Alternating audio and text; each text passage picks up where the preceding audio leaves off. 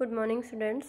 Today we will study about the classification of colours. बेटा हमने last lecture में study किया था जो क्लासिफिकेशन है, classification based on physical state of dispersed phase and dispersed medium. वहाँ पे हमने डिस्पर्स्ड फेज का मीडियम सॉलिड है, लिक्विड है या फिर गैसियस फॉर्म में है, या फिर जो डिस्पर्सन मीडियम है उसका हमने क्या देखा था, जो मीडियम है उसके अकॉर्डिंगली इनको क्या किया था, क्लासीफाई किया था। आज जो हम क्लासिफिकेशन पढ़ेंगे वो है based on nature of interactions between dispersed phase and dispersed medium, कि जो डिस्पर्स्ड फेज के जो पार्टिकल्स हैं वो किस तरह से इंटरेक्ट करते हैं, इनके जो इंटरेक्शंस है या डिस्पर्स्ड फेज की जो एफिनिटी है वो कितनी है डिस्पर्स्ड मीडियम के लिए, उसके अकॉर्डिंगली इनको डिवाइड किया गया है टू टाइप्स में। First one is lyophilic colloids, second one is lyophobic colloids. अब यहाँ पे जो लायोफिलिक कॉलॉइड्स है इसका मतलब क्या होता है, लिक्विड लविंग, लिक्विड लविंग, और लायोफोबिक मीन्स लिक्विड हेटिंग।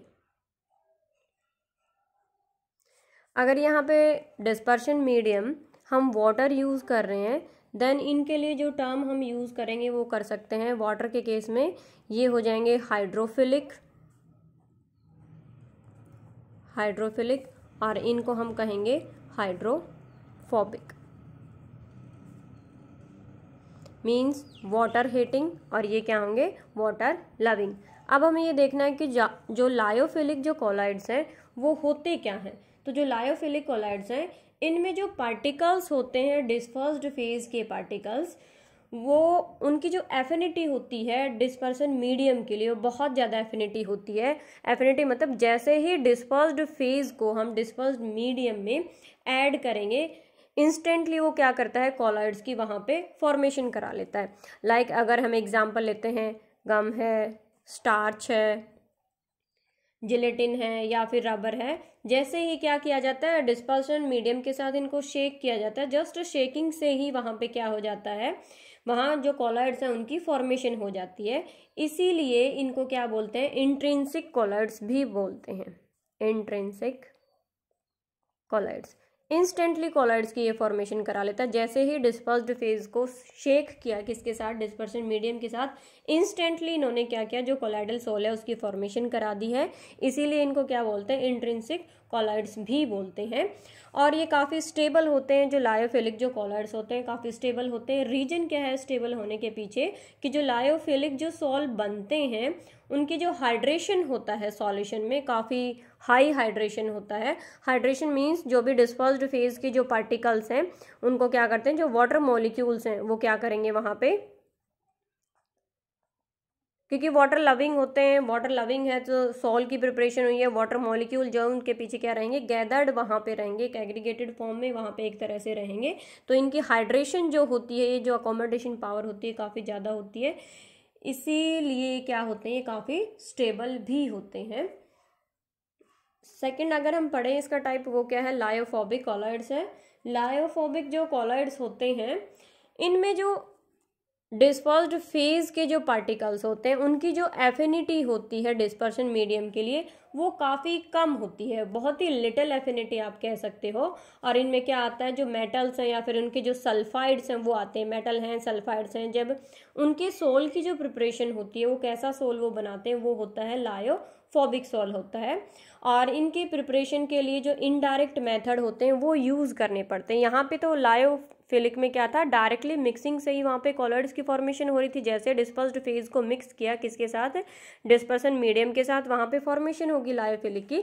लेकिन लायोफोबिक के केस में ऐसा नहीं होगा, इनके लिए इनडायरेक्ट मेथड्स वहाँ पे यूज़ करने होंगे।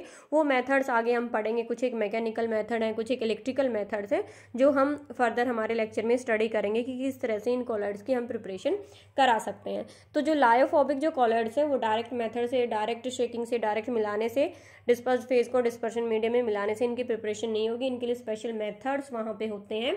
और इनमें कौन से सोल आते हैं, या तो मेटल सोल है या फिर उनके सल्फाइड्स यहाँ पे होते हैं। तो डायरेक्ट इनको प्रिपेयर नहीं कर सकते, इसीलिए इनको क्या कहते हैं, एक्सट्रिंसिक कॉलॉइड्स भी इनको कहते हैं।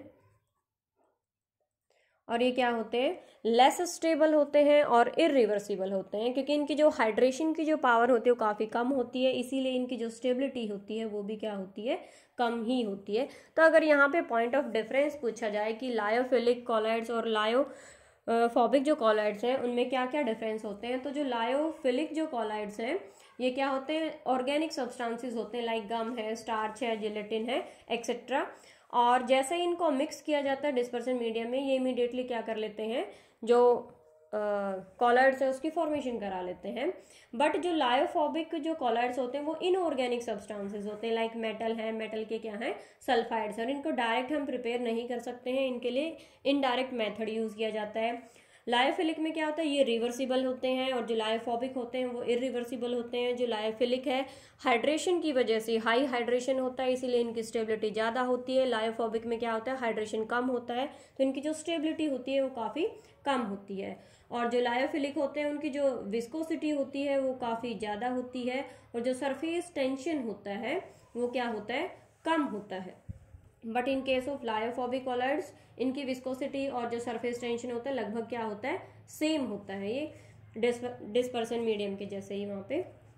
तो ये पॉइंट्स ऑफ डिफरेंस थे बेटा यहाँ पे, और ये क्लासिफिकेशन थी किसके accordingly, based on the nature of interactions between dispersed phase and dispersed medium. अब हम नेक्स्ट क्लासिफिकेशन पे चलते हैं, वो है based on the type of particle of the dispersed phase. जो डिस्पर्स्ड फेज हम यूज कर रहे हैं उसके जो पार्टिकल्स हैं वो किस टाइप के हैं, उसके अकॉर्डिंगली इनको 3 टाइप्स में डिवाइड किया गया है। First one is multi molecular colloid, multi molecular colloid.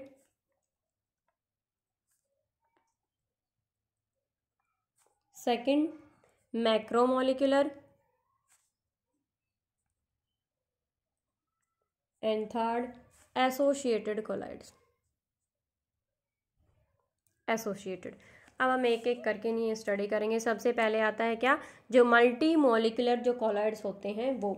Multi molecular मतलब नाम ही सजेस्ट कर रहा है, मल्टी मॉलिक्यूलर का मतलब होता है बहुत ज़्यादा नंबर में वहाँ पे एटम्स या फिर मॉलिक्यूल्स प्रेजेंट होंगे। तो जो मल्टी मॉलिक्यूलर जो कॉलॉइड्स हैं इनकी फॉर्मेशन कैसे होती है, by the aggregation of a large number of atoms और मॉलिक्यूल्स। तो एक लार्ज नंबर में एटम और जो मॉलिक्यूल्स होते हैं वो क्या होते हैं, एग्रीगेट होते हैं। लेकिन ये जो एटम्स और जो मॉलिक्यूल्स होंगे इनका जो साइज है वो क्या होगा, लेस देन 1 नैनोमीटर।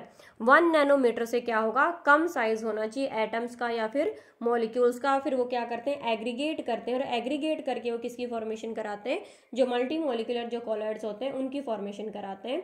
एग्जाम्पल्स अगर हम देखें इसके तो लाइक गोल्ड सोल आप कह सकते हो, या फिर सल्फर का जो सोल हम बनाते हैं, सल्फाइड्स जो बनाते हैं, उनसे जो मल्टी मॉलिक्यूलर कॉलॉइड्स है उनकी फॉर्मेशन होती है, और उनका साइज क्या होता है, 1 नैनोमीटर से कम होता है उन पार्टिकल्स का साइज, जो डिस्पर्स्ड फेज के जो पार्टिकल्स हैं।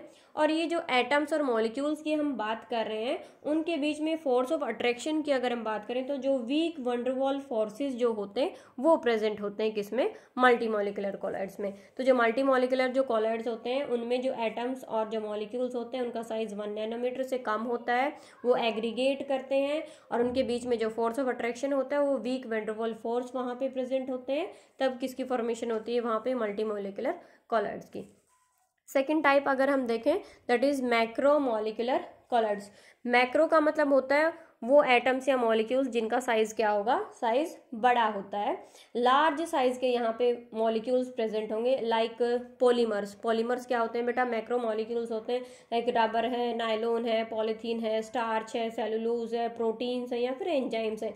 ये सारे के सारे क्या हैं, लार्ज साइज के मॉलिक्यूल्स हैं, और इनसे फॉर्मेशन होती है किसकी, जो मैक्रो मॉलिक्यूल्स जो मैक्रो मॉलिक्यूलर जो कॉलॉइड्स है उनकी फॉर्मेशन होती है। तो जैसे इन सब्सटेंसेस को लाइक स्टार्च है या फिर हम सेलुलोज की बात कर रहे हैं, जैसे किसी सुटेबल लिक्विड में इनको डिसोल्व किया जाता है, देन क्या करते हैं, ये कोलाइडल सॉल्यूशन की फॉर्मेशन कराते हैं। और वो जो कोलाइडल सॉल्यूशन है वो कौन सा होता है, मैक्रोमोलिकुलर कोलाइडल सॉल्यूशन। नाउ हम आते हैं किस पे, जो एसोसिएटेड जो कॉलॉइड्स होते हैं उन पे हम आते हैं। तो क्या होता है कि डिस्पर्स्ड फेज के जो पार्टिकल्स हैं जब उनकी कंसंट्रेशन कम होती है तो उस लो कंसंट्रेशन पे वो जो डिस्पर्स्ड फेज के पार्टिकल्स हमने लिए हैं वो किस तरह से एक्ट करते हैं, जो स्ट्रॉन्ग जो इलेक्ट्रोलाइट्स होते हैं उनकी तरह बिहेव करते हैं, लेकिन जैसे उन डिस्पर्स्ड फेज के पार्टिकल्स की कंसंट्रेशन को इंक्रीज कर दिया जाता है तो किस तरह से बिहेव करना शुरू कर देते हैं, वो अपनी कोलाइडल स्टेट में आ जाते हैं और फॉर्मेशन कराते हैं किसकी, जो एसोसिएटेड जो कॉलॉइड्स हैं उनकी।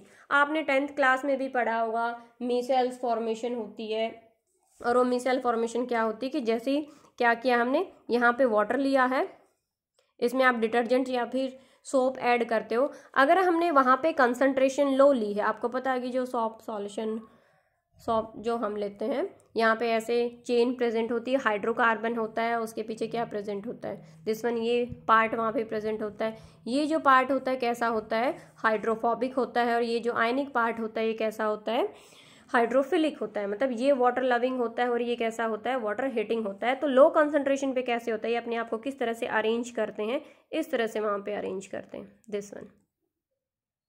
तो लो कंसंट्रेशन पे इस तरह से बिहेव करते हैं, या फिर आप कह सकते हो कि स्ट्रॉन्ग जो इलेक्ट्रोलाइट्स होते हैं उनकी तरह बिहेव करते हैं, लेकिन जैसे ही कंसंट्रेशन वहाँ पे हाई होती है तो ये क्या होते हैं, आपस में वहाँ पे गैदर्ड वहाँ पे हो जाते हैं। तो जैसे ही कंसंट्रेशन को हमने हाई किया, क्या होगा, इस सॉल्यूशन में क्या होगा, मीसेल्स की वहाँ पे फॉर्मेशन होती है। मीसेल्स मतलब इन्होंने अपने आप को क्या किया, एक सर्कुलर फॉर्म में वहाँ पे इस तरह से एग्रीगेट कर लिया है। तो यहाँ पे एग्रीगेशन जब हुआ है, दिस वन, एग्रीगेशन यहाँ पे हुआ है, तो एग्रीगेशन होने के बाद ये आपस में एसोसिएट हो गए और यहाँ पे कौन से कॉलॉइड्स की फॉर्मेशन हुई है, यहाँ पे फॉर्मेशन हुई है जो एसोसिएटेड जो कॉलॉइड्स होते हैं उनकी फॉर्मेशन हुई है। तो ये 3 टाइप थे based on the type of particle of dispersed phase, multimolecular, macromolecular and associated colloids. बाकी जो प्रिपरेशन है कोलाइडल सोल की वो हम नेक्स्ट लेक्चर में पढ़ेंगे। Thank you and have a nice day.